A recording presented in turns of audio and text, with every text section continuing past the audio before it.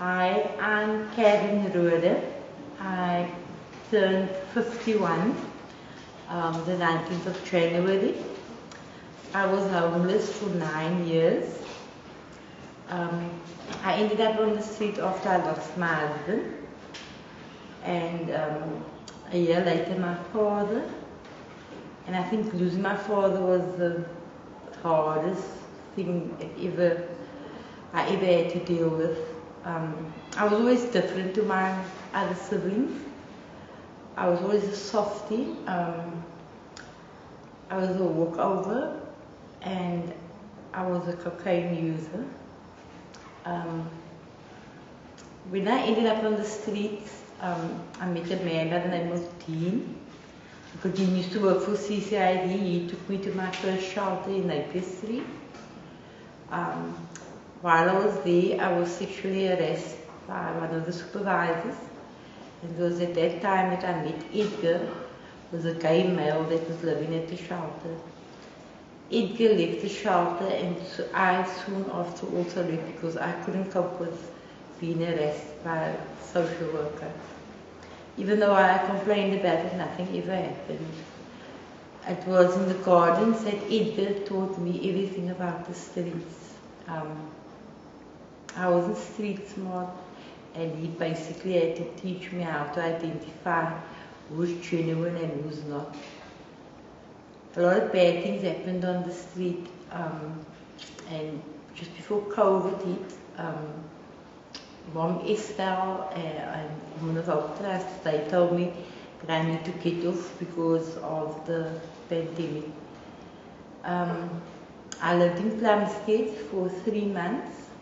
I was working for the MPO, and they just told me one day that they can't help me anymore. I need to find my own way, and that's how I ended up at YMCA. Initially, I didn't want to be here. It was like in the middle of nowhere. But at YMCA, a lot of great things happened to me. Firstly, I was contacted with Hardy Boys in Durban, who organized a campaign with Unilever, Sunlight directly, and they flew me to Joburg. I did an ad, and in return, they gave me 50,000 rand in cash and 150,000 rand they poured into my business, of which I own now a shop that they paid for 6 months at Mojo Market, and I do my mask. COVID, the beginning of the pandemic was a blessing for me. I grew as a person, and I knew that I could never go back to being a hairstylist, so I had to carve out a new career for me, and that is where I decided to continue with my beading. I initially started beading when I was living in town. When I was on the streets, I used to pick up beads on Green Market Square at night. I would soak it overnight, and the next day I would sit in Government Avenue and I would make my jewelry and sell to tourists or whoever was interested. At YMCA, Ricky and Natalie has really encouraged me to do my best. They don't expect anything in return, and even though we thank them, I thank them, they will always tell me that I do the hard work. I can never ever trust another NPO, NGO besides Women of Hope Trust, because mommies tell them it's not about what they give you, it's not about the material things they give you, it's about the love and the support that they give us. And the fact that you don't have to stand in the queue for food with mom. They come to you personally and they bring you food, home food. It's like they're restoring your dignity. What I can say about COVID is COVID has taught me to appreciate a lot of things in life, especially the second wave. I lost a lot of close people that I knew, close relatives at one stage. Aunt and uncle in a couple of days apart, and It's taught me to appreciate a lot of things in life. As far as the vaccine is concerned, I'm a little bit skeptic about it because I had read up in Germany, Norway, Britain, people have died after taking the vaccine, so I am a bit skeptic about it. I most probably will read up more about it before I do make a final decision. I was 9 years on the street, and for that 9 years, I never begged, I never prostituted myself. I've always found a way to make a living, to see that I had something to eat at night. It is one thing my father used to tell us, that no matter how negative the situation is, if you look deep enough, you will see that there's more positivity in it than negativity. Okay, in 2019, what happened was the law enforcement and CCID started to arrest us. I used to have, I used to call it my mansion in the garden. I had a tent that I used to put up at night by the side of the library in Government Avenue. And you know, everybody used to come there when they needed something. And then one night we heard the talk, it was J.P. Smith and another man that I found out afterwards was Richard Bosman. They were talking and they were saying that the people need to get out of the gardens. And Richard Bosman asked, now what if they don't want to? And J.P. Smith actually said, then we'll force them to. And that is when it started, when they started forcing people out of the gardens. They started fining us. They took, at one stage, everything I owned, including my bottom dentures, which was in my bag, my ID, all my stock, everything they took. Then what happened was, Streetscape and all those people got together at Carpenter Shop, which is now Big Exchange in Rhoode Street. And I heard the morning, I went to go wash there, and Ian Weary was talking about the meeting there at 1 o'clock. And I decided I'm going to crash this meeting, because how could you have a meeting about what's happening to the homeless people, but there's no homeless person to represent you? And then I crashed the meeting, and everybody was like, especially Mr. Badruddin, he was shocked because I said directly opposite him when I introduced myself as a homeless person. And at that time, I got the fine. I broke my wrist. When we came back, my tent was demolished, and my stuff was taken once again. And the very next day, law enforcement came and I got the fine for 1,500 rand. As a homeless person, I don't know how they expected me to pay it, but that's what they did. And then at the meeting, Ian Weary, and it was decided that we're going to get they're going to get a lawyer to represent the homeless people. That is when I met Lucian Lewin. He's an advocate and partner at Dingley Marshall, Lewin Claremont. This man made me believe that there is people that care about homeless people.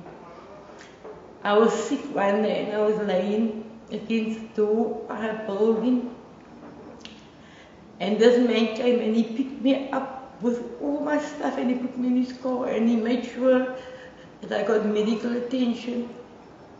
I was undernourished that time, and he saw that I go into Carpenter Shop, which is just a male-only place, and he made provision for me till I was better. You know, he gave for people hope, homeless people hope, that somehow they're going to get off the street. That's why everything I do with the idea I need to make Lucian proud, because of what he sacrificed for us, the homeless people. I can remember that time I couldn't sleep on one spot at a time. At the night, I had to move around all the time. I even slept in a toilet where I had to pay 30 rand just so that that CCID or law enforcement don't get me. You know, I think about how those people were treated in town, how old people would lay and sleep and it's raining and CCID and law enforcement would come and they would pull out the cardboard out under them and the plastic had covered them and they would leave the people just like that. You know, I just couldn't stand for it anymore. So when Lucian did the case, I'm applicant number 1 in that case. And even though I'm housed here, even though I'm living in this place, I will never forget those people in town. Seeing them when I pass through there to go to Mojo, it breaks my heart because they look 10 times worse than what they did when I left them. And I will always continue fighting for them because I had a sheltered life before I hit the streets. But for me, my life started, the real life for me was the reality of living on the street. It's real. People don't realize, people don't end up on the street because of choice. Nobody chooses to sleep on the street because if you're on the street, I promise you, it's a hell of its own. People never used to believe me when I used to tell them that I was homeless. And, you know, people must stop judging, start getting to know that person. It's not the food and the money that you give that person, it's the support, it's the love. Because, you know, these NPOs and NGOs out there, they use people. I'm one of the people that was used when I did the case, when I started with the case. NGOs and NPOs just wanted me around, and you know what? I was introduced as, this is applicant number 1 in the case against the city. But I had a name, my name was Carin, but I was referred to as applicant number 1. And for me, that time it was just, it's okay, these people are helping me financially. They see that I have food and they see that I have clothes. Because at that time, law enforcement used to take my stuff on a regular basis. But you know what? If I look back and I realize that they used me, and I'm not the only homeless person they used. They used me as a platform where they could get donations in. And that is what's happening in town at the moment. Homelessness has become the fastest money-making business. I don't think the churches make so much money like homeless, like NPOs and NGOs, because that is currently what is happening. They use homeless people, they use their talents, they use these circumstances, and they make projects out of them. And at the end of the day, we also just people. I still put myself in the category of homelessness because I don't own my own home yet. You know, and I pray to God every day that I would never end up there because I would never be able to survive that hell again. But I've got brothers and sisters out there that still live in it. They've got all these new parolees in town that is making those people's lives hell. They get robbed on a regular basis. But if I got anything to say to people is start looking at people, at homeless people as people.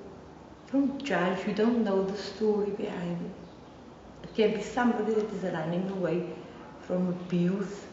It can be somebody that's running away from gender violence. You don't know what is going on. So don't be easy to judge it because it can happen to you anytime. Almost 4 years ago, 2019 September, we were living in the garden store, and what happened was, what happens is every end of term, the school children would get drunk and then they would come down Government Avenue and they would throw rocks on tents and kick people from the benches, and they would hurt people. A lot of people would get hurt. And what happened was, September of 2019, Connie's child, Kenny, came for a few days of the school holidays to her, and the children came down, they were drunk, and they threw a boulder on our tent.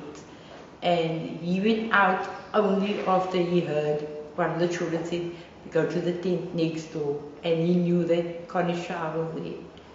At that time, when he approached them, they stabbed him 4 times. Ramiz's intestines was hanging out on the side of him. Duncan jumped from over the fence from the church, and he had a brand new t-shirt. I will never forget, a man gave him a day, and he took it and he actually pressed Ramiz's intestines back in.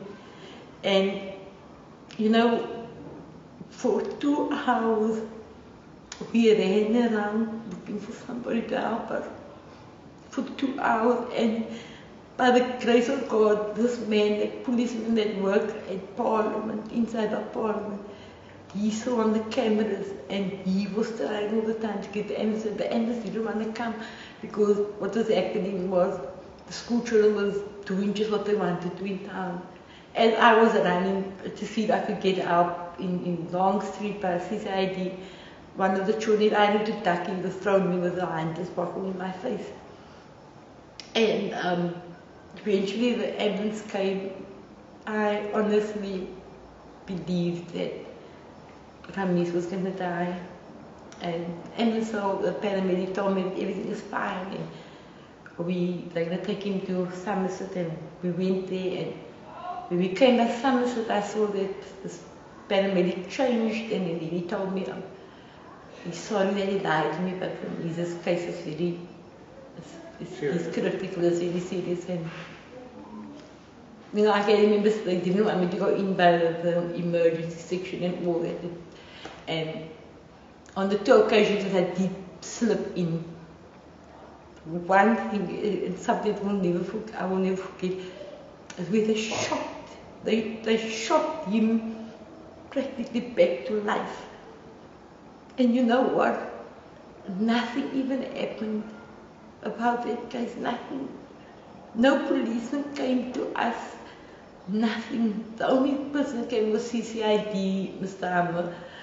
They came to ask us if he's okay. It was Estelle, she brought medication for him and things like that, because he had an emergency operation because his colon was busted the way they stabbed him. And, you know, that was a Sunday.